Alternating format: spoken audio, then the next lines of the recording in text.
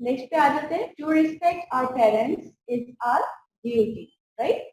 अब देखें, रिस्पेक्ट हमारे पास वर्ब है और अपनी बेस फॉर्म में आ रहा है, हमने इसको ना कॉन्टिन्यूस में कन्वर्ट किया है ना पास्ट में कन्वर्ट किया है, राइट। अपनी अपनी सिंपलेस्ट फॉर्म में आ रहा है ना रिस्पेक्ट, और उससे पहले देखिए टू लगा दिया हमने, इसका मतलब कि अब ये इंफिनिटिव बन गया। तो इस तरह से हम देखते हैं कि इंफिनिटिव हमारे पास किस किस तरह से आते हैं। अब इस सेंटेंस में वापस आते हैं, इस सेंटेंस में सब्जेक्ट के प्लेस पर क्या आ रहा है, टू अर्न आ रहा है ना हमारे पास सब्जेक्ट के प्लेस पर, राइट। टू अर्न हमारे पास सब्जेक्ट के प्लेस पर है, फिर हमारे पास ऑक्सिलरी इज आ जाता है और फिर ऑब्जेक्ट आ जाता है। इस तरह सेकंड केस में क्या आ रहा है, हमारे पास वर्ड्स आ रहे हैं सब्जेक्ट के केस पे, लव हमारे पास आ रहा है वर्ब, और टू सिंग हमारे पास आ रहा है ऑब्जेक्ट के केस।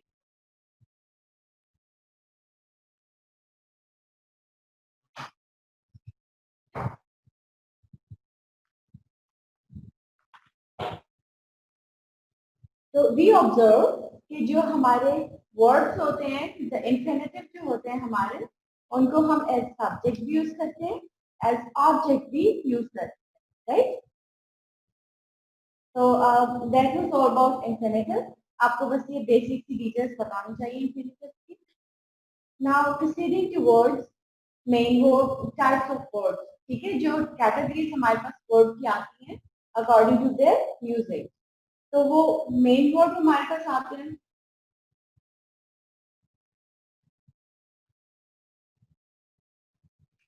मेन वर्ब वो होते हैं जिनको हम कल डिस्कस करें, जो हमारे पास एक्शन को या स्टेट को या बीइंग को शो करते हैं, राइट। जो हमारे मेन वर्ड होते हैं जिनके बगैर हमारा सेंटेंस कंप्लीट नहीं होता। अब आ जाते हैं ऑक्सिलरीज।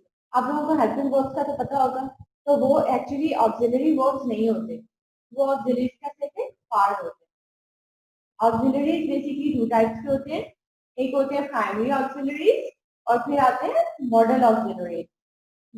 जो प्राइमरी ऑक्सिलरीज है इसको आप अक्सर दफा हेल्पिंग वर्ब्स भी कह रहे होते हैं, और जो मॉडल ऑक्सिलरीज होते हैं इनके लिए हम मॉडल वर्ब्स का word use. Coming to words primary auxiliaries, what are they? अच्छा, प्राइमरी ऑक्सिलरीज हमारे पास सेंटेंसेस इस तरह से आते हैं कि मेन वर्ड होता है और उसके साथ प्राइमरी ऑक्सिलरी आ रही है, right. Sometimes primary auxiliary main word से पहले भी आ रही है, बल्कि यूजुअली पहले आ रही है, लेकिन वो most of the times main word के साथ होते हैं। टेंसेस को चेंज करने के लिए या पैसेज में कन्वर्जन के लिए या फिर क्वेश्चंस के लिए या फिर नेगेटिव्स में कन्वर्ट करने के लिए को यूज होते हैं। हम अभी देखेंगे कि टेंसेस में कन्वर्जन कैसे कैसे होती है प्राइमरी ऑक्सिलरीज को यूज करते हुए, फिर इनके एक्टिव वॉइस या पैसिव वॉइस की कन्वर्जन कैसे होती है प्राइमरी ऑक्सिलरीज को यूज करते हुए। फिर हम देखेंगे कि क्वेश्चन की फॉर्मेशन, इंट्रोगेटिव सेंटेंसेस की फॉर्मेशन में हमारे पास प्राइमरी ऑक्सिलरीज कैसे हेल्पफुल हो सकते हैं, और फिर नेगेटिव की फॉर्मेशन कैसे होती है, जो हमारे नेगेटिव सेंटेंसेस होते हैं वो कैसे बनते हैं प्राइमरी ऑक्सिलरीज को यूज करते हैं। पहले देखते थे प्राइमरी ऑक्सिलरीज हमारे पास किन किन फॉर्म्स में, किन किन टाइप्स में एग्जिस्ट करती है। तो हमारे पास टोटल 3 टाइप्स आती है प्राइमरी ऑक्सिलरी। फर्स्ट टाइप आती है बी फॉर्म। अच्छा, बी फॉर्म जो है ना, इसमें आपको सिर्फ बी वर्ड्स तक लिमिटेड नहीं रहना। जो बी वर्ड है ना हमारे पास, बी ऑक्सिलरी है, ये डिफरेंट फॉर्म्स में एग्जिस्ट करता है, राइट। वो फॉर्म्स कौन सी है? इज, आर, एम, वाज, वर, ठीक है। ये जो इज, आर, एम है ये हमारे पास प्रेजेंट में यूज होती है। वाज, वर हमारे पास पास्ट टेंस में जब कन्वर्ट करते हैं ना आपको वहां पर यूज होती है। तो देखें ये इस क्राइटेरिया को क्या कंप्लाई कर रहा है या नहीं कर रहा, कि हम इज, आर, एम को प्रेजेंट टेंसेस में यूज करते हैं और वाज, वर को पास्ट टेंसेस में यूज करते हैं। इसी तरह हैव फॉर्म है। अच्छा, हैव फॉर्म जो है वो प्राइमरी ऑक्सिलरी के अलावा मेन वर्ब की भी फॉर्म में एग्जिस्ट करती है। मेन वर्ब की फॉर्म में ऐसे एग्जिस्ट करती है कि जब आप हैव से पोजीशन को शो कर रहे होते हैं, आई हैव अ पेन, ठीक है, तो इस तरह से हैव हमारी मेन वर्ब की तरह एक्ट करता है। हैव हमारी पोजेशन को शो करता है। She had a pen yesterday, right. यहाँ पर भी हैड जो है वो पेन की पोजेशन को शो कर रहा है। लेकिन जब हम ऑक्सिलरीज को सॉरी हैव को एज ऑक्सिलरी यूज करते हैं तो वो आता है हमारे पास मेन वर्ड के साथ। और जब हम हैव को as a main word use करते हैं, मेन वर्ड यूज करते हैं, तो फिर वो हमारे पास without any other main word आता है। क्लियर? क्योंकि वो खुद ही मेन वर्ड होता है ना, उसके साथ कोई ना कोई ऑक्सिलरी तो आ सकता है, प्राइमरी ऑक्सिलरी तो आ सकता है, लेकिन कोई मेन वर्ड नहीं आएगा। थर्ड पे आ जाती है हमारे पास डू फॉर्म। जो वर्ड डू है वो भी 3 फॉर्म्स में एग्जिस्ट करता है, depending upon its usages, based upon tense, या फिर हम देखते हैं कि वो सब्जेक्ट जिसके साथ यूज हो रहा है वो सब्जेक्ट सिंगुलर है या फिर प्लूरल है। अब एग्जांपल्स पे आते हैं। अच्छा, डू हमारे पास आता है जब वर्ड सॉरी जब सब्जेक्ट हमारा प्लूरल होता है, डज आता है जब सब्जेक्ट सिंगुलर होता है, और डिड आता है जब पास्ट फॉर्म में यूज करना होता है। इसी तरह हैज, हैव और हैज में क्या आता है, हैज आता है सिंगुलर सब्जेक्ट के साथ, हैव आता है प्लूरल सब्जेक्ट के साथ या फिर आई के साथ, हैड आता है जब हमने इसको पास्ट टेंस में यूज करना होता है। बी फॉर्म को देखें, he is working, he was working, I am working, right? अब यहाँ पर आप ऑब्जर्व कर सकते हैं is और am। हम I के साथ सिर्फ am यूज करते हैं। जब हम कोई थर्ड पर्सन प्रोनाउन लगाते हैं तो वहां पर हम is यूज करते हैं।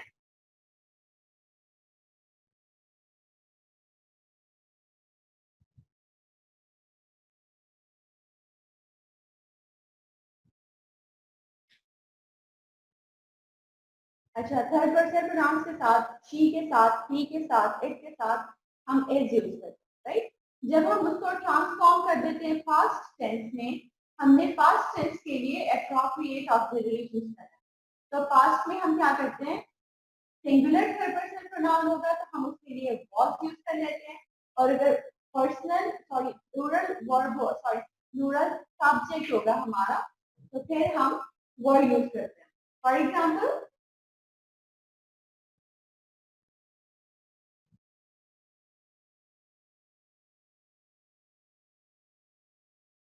अब देखें, देख हमारे पास प्लूरल वर्ब आ गया तो हमने इसके साथ यूज किया वर्ब। ही हमारे पास सिंगुलर सब्जेक्ट आ रहा है तो इसके साथ हमने यूज किया वॉज।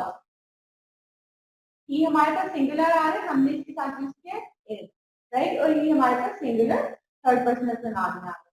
लेकिन जब हम यू को यूज कर रहे होते हैं और प्रेजेंट टेंस में अपना सेंटेंस लिख रहे होते हैं तो हम यू के साथ आर यूज करते हैं, राइट। आई के साथ एम यूज करते हैं। Let's move towards have forms. अच्छा, have forms में हमने एक केस को डिस्कस कर लिया जब have हमारे पास as possession एक तरह, वहां पर हम कोई और ऑक्सिलरीज यूज कर सकते हैं लेकिन हम कोई और मेन वर्ड यूज नहीं करते।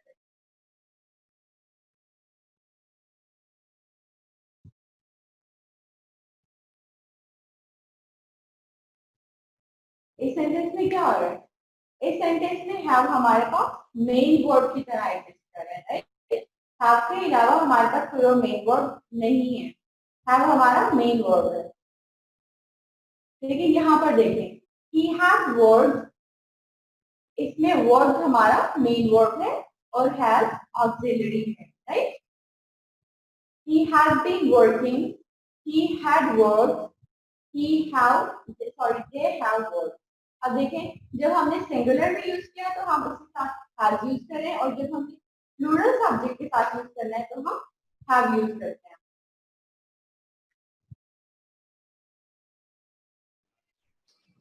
Excuse me ma'am, perfect tense में यूज करते हैं तो हम उसको हैज बीन और कॉन्टिन्यूअस फॉर्म के साथ। तो आई होप कि सिंगुलर और प्लूरल का डिफरेंस क्लियर होगा। जब सिंगुलर सब्जेक्ट है तो इसके साथ हैड यूज होता है, प्लूरल सब्जेक्ट है तो हैव यूज होता है।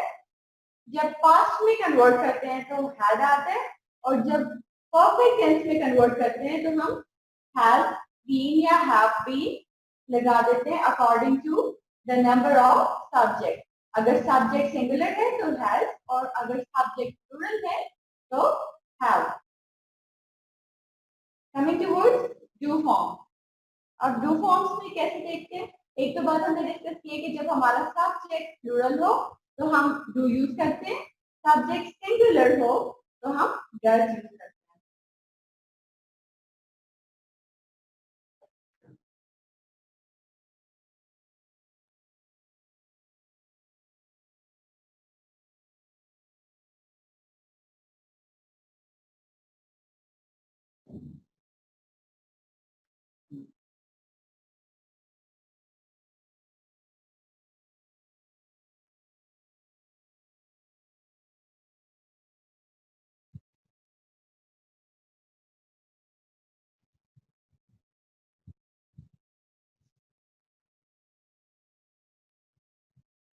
सॉरी, अच्छा, हम सिंगुलर सब्जेक्ट के साथ हैज यूज करते हैं, प्लूरल सब्जेक्ट्स के साथ हैव यूज करते हैं। यहाँ पर हैज हमारे पास एज पोजीशन आ रहा है। अगर हम इसको प्लूरल में कन्वर्ट करते हैं तो यहाँ पर हम कहते हैं दे हैव बुक्स।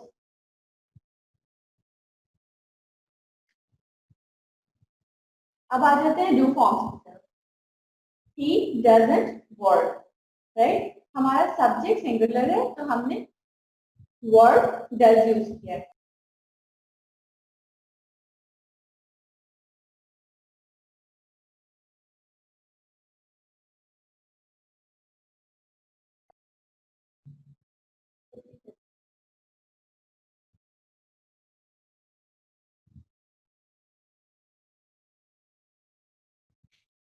हम यहाँ पर बात कर रहे थे हैव फॉर्म्स की, जब वो एज मेन वर्ड यूज हो रहे होते हैं और वो एज पोजेशन, वो हमारे पास पोजेशन शो कर रहे होते हैं, राइट?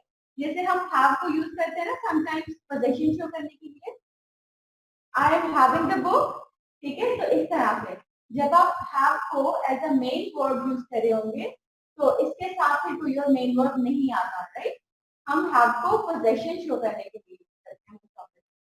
उसके लिए एग्जाम्पल थी, रूल्स वही रहते हैं कि हैव अगर सिंगुलर सब्जेक्ट के साथ आएगा तो हम उसके साथ हैज यूज करेंगे, और अगर प्लूरल सब्जेक्ट के साथ आएगा तो हम हैव यूज करेंगे। एग्जाम्पल देखते हैं, शी हैज अ बुक। अब बुक उसकी पोजेशन है ना, राइट? तो इसलिए हम she has a book use करेंगे। जब हम दे हैव बुक्स की बात करें तो अब देखिए दे हमारे पास प्लूरल सब्जेक्ट है, राइट? प्लूरल सब्जेक्ट के साथ हमने हैव फॉर्म यूज करनी है, दे हैव बुक्स। जब हम शी के साथ यूज करें तो शी क्योंकि हमारे पास सिंगुलर सब्जेक्ट है तो सिंगुलर सब्जेक्ट के साथ हमने हैज को यूज करना है।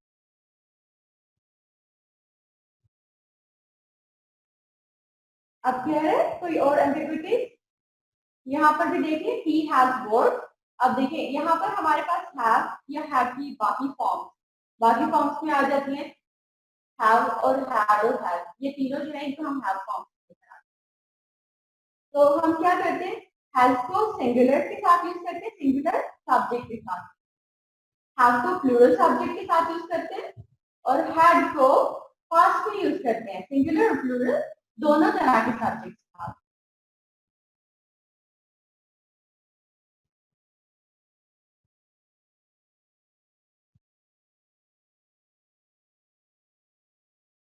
ही हैज वर्कड, ठीक है? और फिर देखें अब ही के साथ हम हैज यूज करें क्योंकि ही हमारा सिंगुलर सब्जेक्ट है। ही हैड वर्क, अब देखिए ये पास्ट में कन्वर्ट हो गया, ही हैज बीन वर्किंग, ये प्रेजेंट परफेक्ट टेंस में आ रहा है, और दे हैव वर्क। अब जब हम दे के साथ यूज करें तो हम इसको प्रेजेंट टेंस में हैव के साथ यूज करेंगे, हम हैड के साथ में यूज करेंगे, और हम हैज के साथ भी यूज नहीं करेंगे। वाई? बिकॉज दे के साथ जब हमारा सब्जेक्ट प्लूरल है तो उसके साथ हमने हैव की फॉर्म यूज करनी है, हैव प्लूरल सब्जेक्ट के लिए यूज करते हैं, हैव सिंगुलर सब्जेक्ट के लिए यूज करते हैं। और हैड का टेक्स्ट देखें,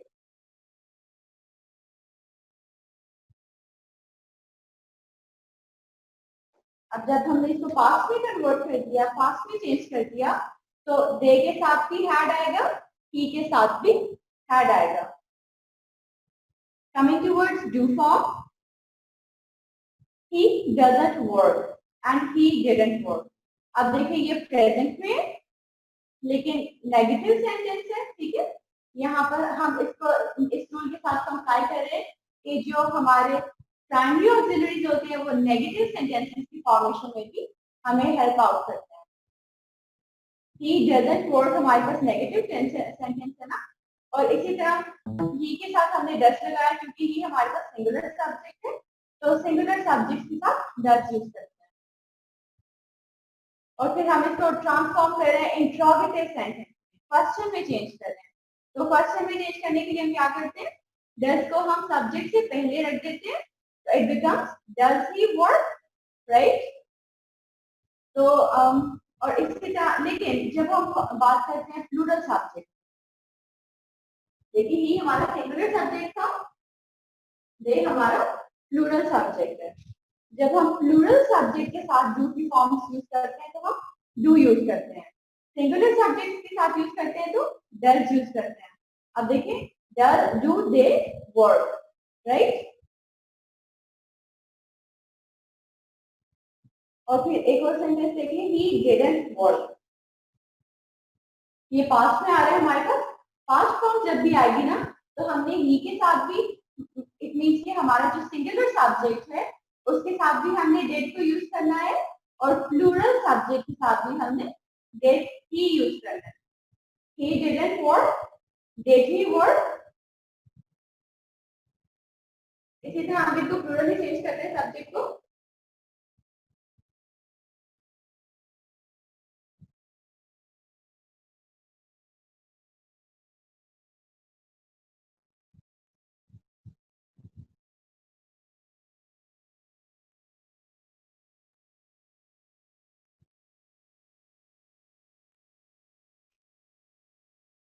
जब हमने इनको प्लूरल में चेंज किया, सब्जेक्ट को प्लूरल में चेंज किया, तो देखिए फिर भी हमने पास्ट फॉर्म में डिड ही यूज किया है।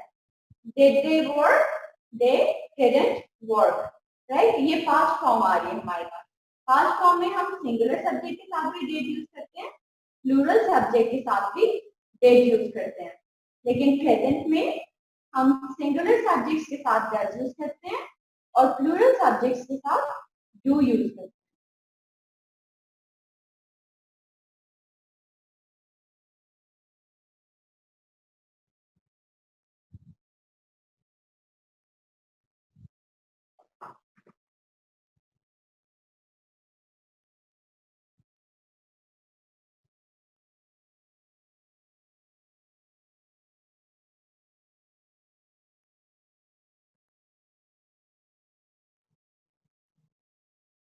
नेक्स्ट टाइप आती है हमारे पास ऑक्सिलरीज, मॉडल ऑक्सिलरीज। अब मॉडल ऑक्सिलरीज का क्या फंक्शन होता है, मॉडल ऑक्सिलरीज परफॉर्म करते हैं फंक्शंस ऑफ पॉसिबिलिटी। जब भी हमने किसी एक्शन की पास्ट में, प्रेजेंट में, फ्यूचर में पॉसिबिलिटी बतानी होती है तो हम वहां पर मॉडल ऑक्सिलरीज को यूज करते हैं। इसी तरह टू ग्रांट परमिशन और टू आस्क फॉर परमिशन, जब हमने परमिशन लेनी होती है या परमिशन देनी होती है, ग्रांट करनी होती है, इन दोनों केसेस में भी हम मॉडल ऑक्सिलरीज यूज करते हैं। फिर सर्टेनिटी को शो करना होता है। सर्टेनिटी का मतलब है to what an extent there was the possibility of an action, right.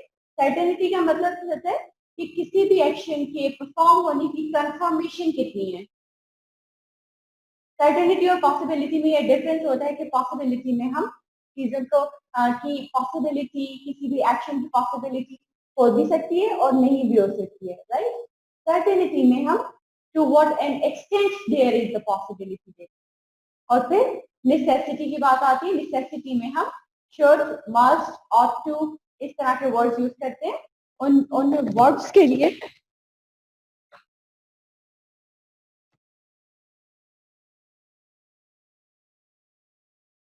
उन वर्ब्स के लिए जो जो कंपल्सरी होते हैं, जो मैंडेटरी होते हैं। मॉडल ऑक्सिलरीज में हमारे पास जो ऑक्सिलरी वर्ड्स आते हैं वो है can, could, may, might, will, would, shall, should, must, ought to। अब इसमें शुड, मस्ट और ought to हमारे पास आते हैं नेसेसिटी को शो करने के लिए। You ought to respect your parents, right? You should respect your parents। जब हम किसी बात पर स्ट्रेस लेकर रहे हो, कैन और कुड परमिशन के लिए आते हैं ज्यादातर हमारे पास, ठीक है। Can I go out, right. इसी तरह लेकिन कैन जो है हमारे पास सर्टेनिटी के लिए भी आता है। मे और माइट हमारे पास, मे हमारे पास परमिशन के लिए भी आता है। You would have been using the sentences may I go out, may I go for a walk, right? लेकिन जब might की बात आती है तो might आता है हमारे पास possibility और certainty के लिए। will और would भी हमारे पास किसी एक्शन की फ्यूचर में या पास्ट में पॉसिबिलिटी और सर्टेनिटी को शो करते हैं। अब will यूज करते हैं हम फ्यूचर के लिए भी, लेकिन would की बात आती है जब तो would हम यूज करते हैं कोई ऐसा एक्शन जो पास्ट में भी होता रहा है और रिपीटेडली होता रहा है, या फिर कोई ऐसा एक्शन जिसके फ्यूचर में सर्टेनिटी हमारे पास बहुत कम होती है, हमारे पास कंफर्मेशन नहीं होती। They will visit us, they would visit us, right? अब will में हमारे पास कंफर्मेशन आ रही है, सर्टेनिटी बहुत ज्यादा आ रही है। would में हमारे पास सर्टेनिटी नहीं आती है ज्यादा। इसी तरह से कैन और कुड की जब बात आती है तो कैन में हमारे पास किसी एक्शन की पॉसिबिलिटी होती है, कुड में पॉसिबिलिटी नहीं होती, अनसर्टेनिटी होती है, राइट। व्हेन वी से दे कैन विजिट अस, यहाँ पर हम उसकी पॉसिबिलिटी और सर्टेनिटी दोनों चीजें बता रहे होते हैं कि ये एग्जिस्ट कर रही है। जब हम कुड की बात करते हैं दे कुड विजिट अस, तो यहाँ पर एक्चुअली पॉसिबिलिटी या सर्टेनिटी तो है लेकिन बहुत ज्यादा uncertain situation. The future is uncertain. they might will be visiting us or they might won't be visiting us, right? We won't go into much detail because today is the last day we are going to work on grammar. From Monday to onwards, we'll be working on our book 3 poems. So हम next class में अपनी first poem पढ़ेंगे। You are supposed to have the book 3 with you, जिसमें आपके पास poems होंगे, right? Okay, well, coming to words, adverbs. Well, what are adverbs?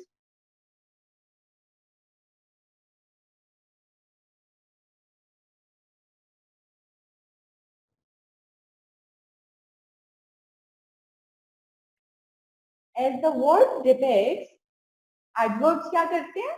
They add something to our verbs, right? हमारे words को qualify कर रहे होते हैं। अच्छा, वर्ड के साथ साथ हमने फर्स्ट क्लास में अपनी ग्रामर की फर्स्ट क्लास में जब हमने पार्ट स्पीच का डिफरेंस देखा था, कुछ उनका इंट्रोडक्शन दिया था, तो हमने ये बात डिस्कस की थी कि जो एडजेक्टिव्स होते हैं ना हमारे, वो सिर्फ और सिर्फ नाउन्स को क्वालिफाई कर रहे होते हैं, लेकिन जो एडवर्ब्स होते हैं वो किस किस चीज को क्वालिफाई कर रहे होते हैं? वर्ब को, एडजेक्टिव को और अनदर एडवर्ब।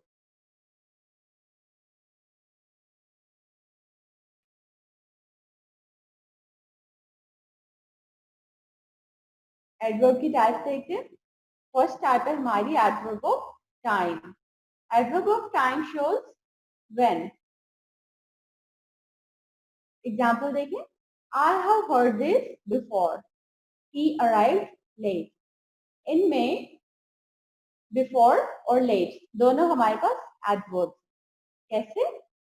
ये जो हियरिंग का एक्शन है, इसे कौन सा वर्ड स्पेसिफाई कर रहा है या क्वालिफाई कर रहा है, या फिर हमें उसके बारे में कुछ फर्दर डिटेल्स प्रोवाइड कर। Before right. I have heard this पे हमारा सेंटेंस कंप्लीट हो सकता है, लेकिन हम अपने वर्ड को फर्दर क्वालिफाई करने के लिए यहाँ पर एडवर्ब यूज कर रहे हैं, एडवर्ब ऑफ टाइम, जिससे हम बता रहे हैं कि when it was heard before, right. तो इसलिए हम यहाँ पर बिफोर यूज करें। सेकेंड एग्जाम्पल देखें, ही अराइव्ड लेट। अब यहाँ पर हमारा रहा subject, arrived is the verb. यहाँ पर सेंटेंस कंप्लीट हो सकता है, right. he arrived is a complete sentence, but when we say he arrived late, it means कि हम अपने अराइवल का जो एक्शन था उसको फर्दर क्वालिफाई करना चाह रहे हैं, उसके बारे में फर्दर डिटेल्स प्रोवाइड करना चाह रहे हैं विद रिस्पेक्ट टू टाइम। तो इसलिए हम यहाँ पर लेट मेंशन करते हैं। Next type is adverb of frequency. Adverb of frequency pertains to how often, ठीक है। हम frequency में यही बात डिस्कस करते हैं ना, repetition of an action in a particular time, right? हम frequency क्या कहते हैं, आप लोगों ने फिजिक्स में, केमिस्ट्री में frequency को डिस्कस किया होगा। तो it is like number of or repetition of action in a particular time, हम उसको frequency कहते हैं। Frequency pertains to how often an adverb takes place or took place. Example देखें, I have told you twice, or he often makes mistakes. अब इन दोनों cases में क्या हो रहा है, हमारे पास फ्रीक्वेंसी शो की जा रही है, राइट। ये जो ट्वाइस है, ये वर्ड किससे क्वालिफाई कर रहा है, ये किसके बारे में कुछ इन्फॉर्म कर रहा है, टोल्ड के बारे में। टेलिंग का जो एक्शन है, इसको कितनी दफा परफॉर्म किया गया है, ट्वाइस। ये हमें ये वर्ड बता रहा है। तो इस तरह से हमें एडवर्ब ऑफ फ्रीक्वेंसी बताते हैं कि how often some action, some verb has been performed. Next example देखिए, he often makes mistakes. Often is for making the mistakes, right? तो ये जो making mistakes का action है, ये making mistakes का verb है, इसको qualify कर रहा है हमारे पास word often, ठीक है। How often, इसकी frequency show कर रहा है, right? नेक्स्ट टाइप पे आ जाते हैं adverb of manner. Adverb of manner shows how. Examples देखते हैं। मैनर यही होता है ना कि आप कोई काम कैसे परफॉर्म कर रहे हैं, in what manner you are doing something. तो फर्स्ट एग्जांपल है ही रीड्स क्लियरली। अब देखें, ही रीड्स का सेंटेंस कंप्लीट हो सकता है, हम आगे ऐड कर रहे हैं क्लियरली। वो किसके किसके मीनिंग में कुछ एडिशन दे रहे हैं, रीड्स में। रीडिंग का जो एक्शन है उसको क्वालिफाई कर रहा है वर्ड क्लियरली। कैसे रीड करता है, इन what manner he read, so he reads in a clear manner, right. इसलिए हमने क्लियरली वर्ड यहाँ पर रीड को क्वालिफाई करने के लिए यूज किया। नेक्स्ट एग्जांपल देखिए, the story was well written.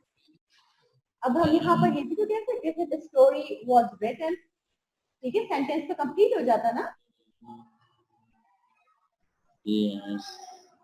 When we say the story was well written, it shows us the manner in which story was written. The story was written in a well manner, right? The story was well written. It could be like the story was badly written. तो हम यहाँ पर well या किसी भी और adjective को अगर यूज करते हैं तो हम writing का जो action था उसके बारे में कुछ further qualification प्रोवाइड करें।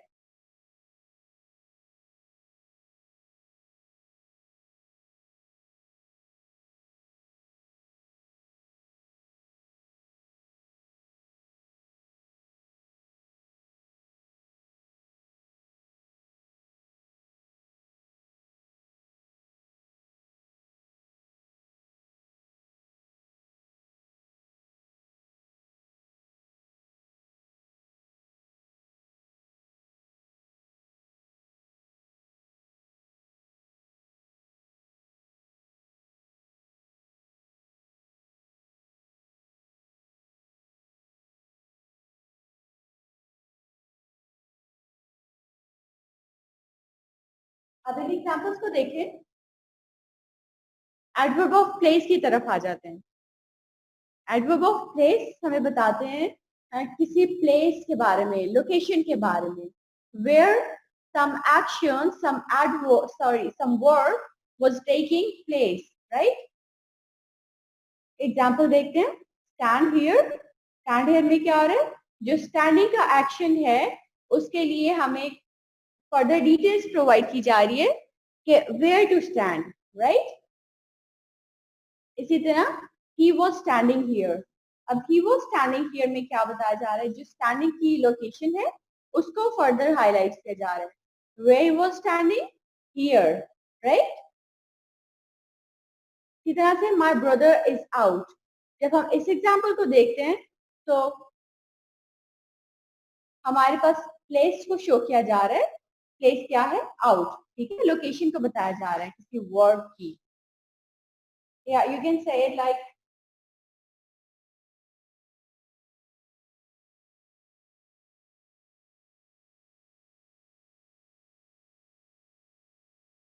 यहाँ पर ज्यादा क्लियर हो रहा है। माई ब्रदर इज गोइंग, यहाँ तक हमारा सेंटेंस कंप्लीट है, right? When we mention out, it provides some further qualifications about the action of going.